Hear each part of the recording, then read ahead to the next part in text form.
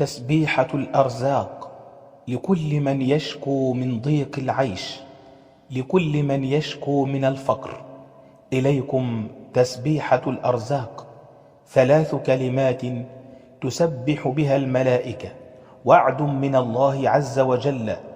من لزم التسبيح بهذه الكلمات أن يفتح الله له أبواب الرزق.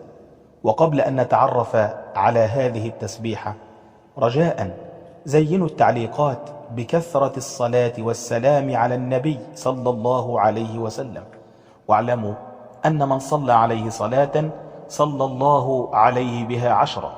إخواني الكرام، من أعظم وأجل العبادات التي يتقرب بها الإنسان إلى خالقه التسبيح، فالتسبيح عبادة الكون كله، فالكون كله يسبح لله عز وجل. قال تعالى: سبح لله ما في السماوات وما في الأرض وهو العزيز الحكيم. وقال تعالى: وإن من شيء إلا يسبح بحمده ولكن لا تفقهون تسبيحهم إنه كان حليما غفورا. والملائكة تسبح لله عز وجل، يسبحون الليل والنهار لا يفترون. ومن تسبيح الملائكة تسبيحة الأرزاق. ورد في الحديث عن ابن عمر رضي الله تعالى عنهما أن رسول الله صلى الله عليه وسلم جاءه رجل يسأل أنه قد ضاق رزقه، فقال له رسول الله صلى الله عليه وسلم: أين أنت من تسبيح الملائكة؟ فسأله سيدنا عبد الله ابن عمر: ما هو يا رسول الله تسبيح الملائكة؟ فقال النبي صلى الله عليه وسلم: سبحان الله وبحمده، سبحان الله العظيم، أستغفر الله 100 مرة بين أذان الفجر والإقامة، فإن هذا يفتح أبواب الرزق. فعليكم بهذه التسبيحة: سبحان الله وبحمده، سبحان الله العظيم، أستغفر الله، تقولها 100 مرة بين أذان الفجر والإقامة، وأبشروا بالخير إن شاء الله تعالى. بسم الله الرحمن الرحيم. إذا وقعت الواقعة ليس لوقعتها كاذبة خافضة رافعة. إذا رجت الأرض رجا وبست الجبال بسا فكانت هباء منبثا.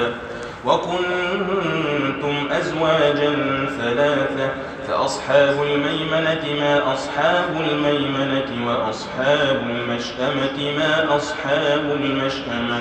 والسابقون السابقون أولئك المقربون في جنات النعيم. ثلة من الأولين وقليل من الآخرين.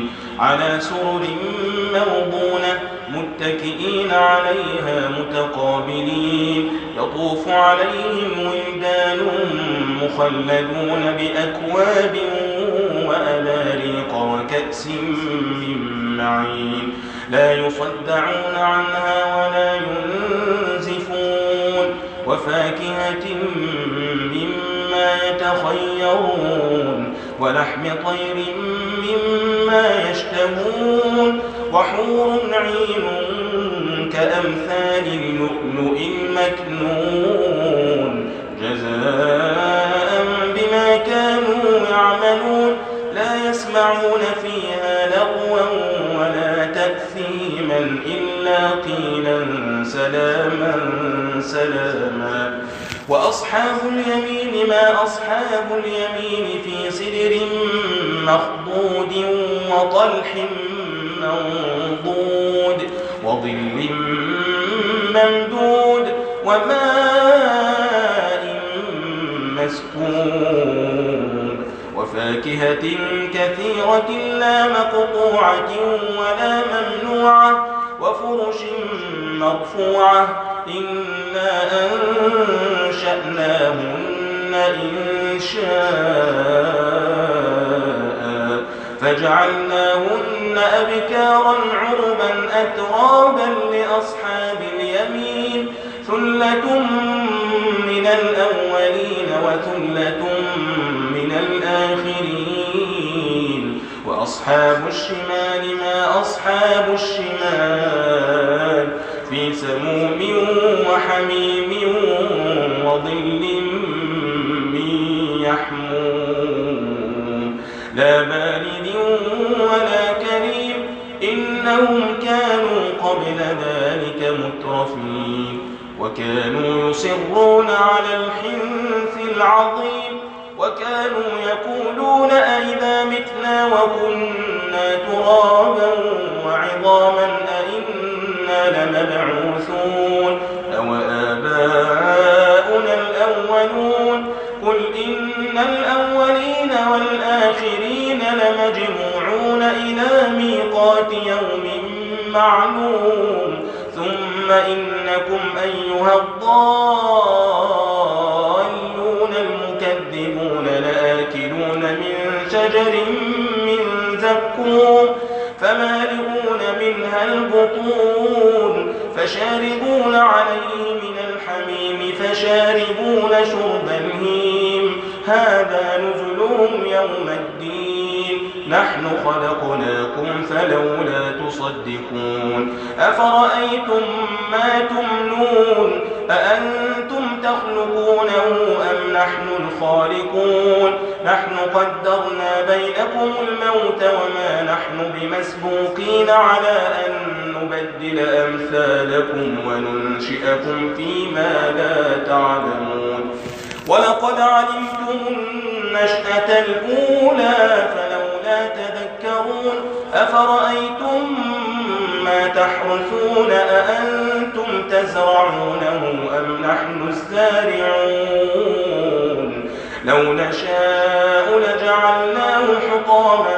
فظلتم تفكرون إنا لمغرمون بل نحن محرومون أفرأيتم الماء الذي تشربون أأنتم أنزلتموه من المزن أم نحن المنزلون لو نشاء جعلناه أجاجا فلولا تشكرون أفرأيتم النار التي تورون أأنتم أنشأتم شجرتها أم نحن المنشئون نحن جعلناها تذكرة ومتاعا للمقوين فسبح باسم ربك العظيم فلا أقسم بمواقع النجوم وإنه لقسم لو تعلمون عظيم إنه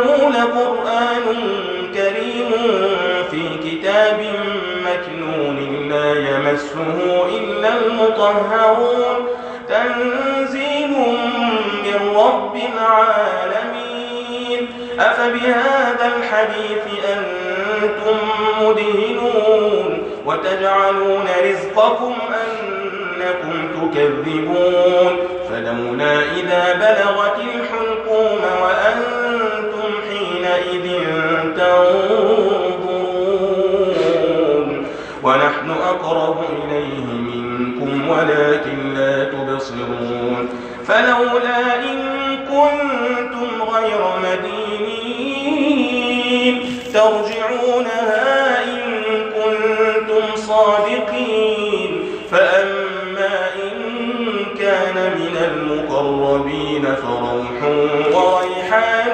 وجنة نعيم وأما إن كان من أصحاب اليمين فسلام لك من أصحاب اليمين وأما إن كان من المكذبين الضالين فنزل من حميم وتصلية جحيم إن هذا لهو حق اليقين فسبح باسم ربك العظيم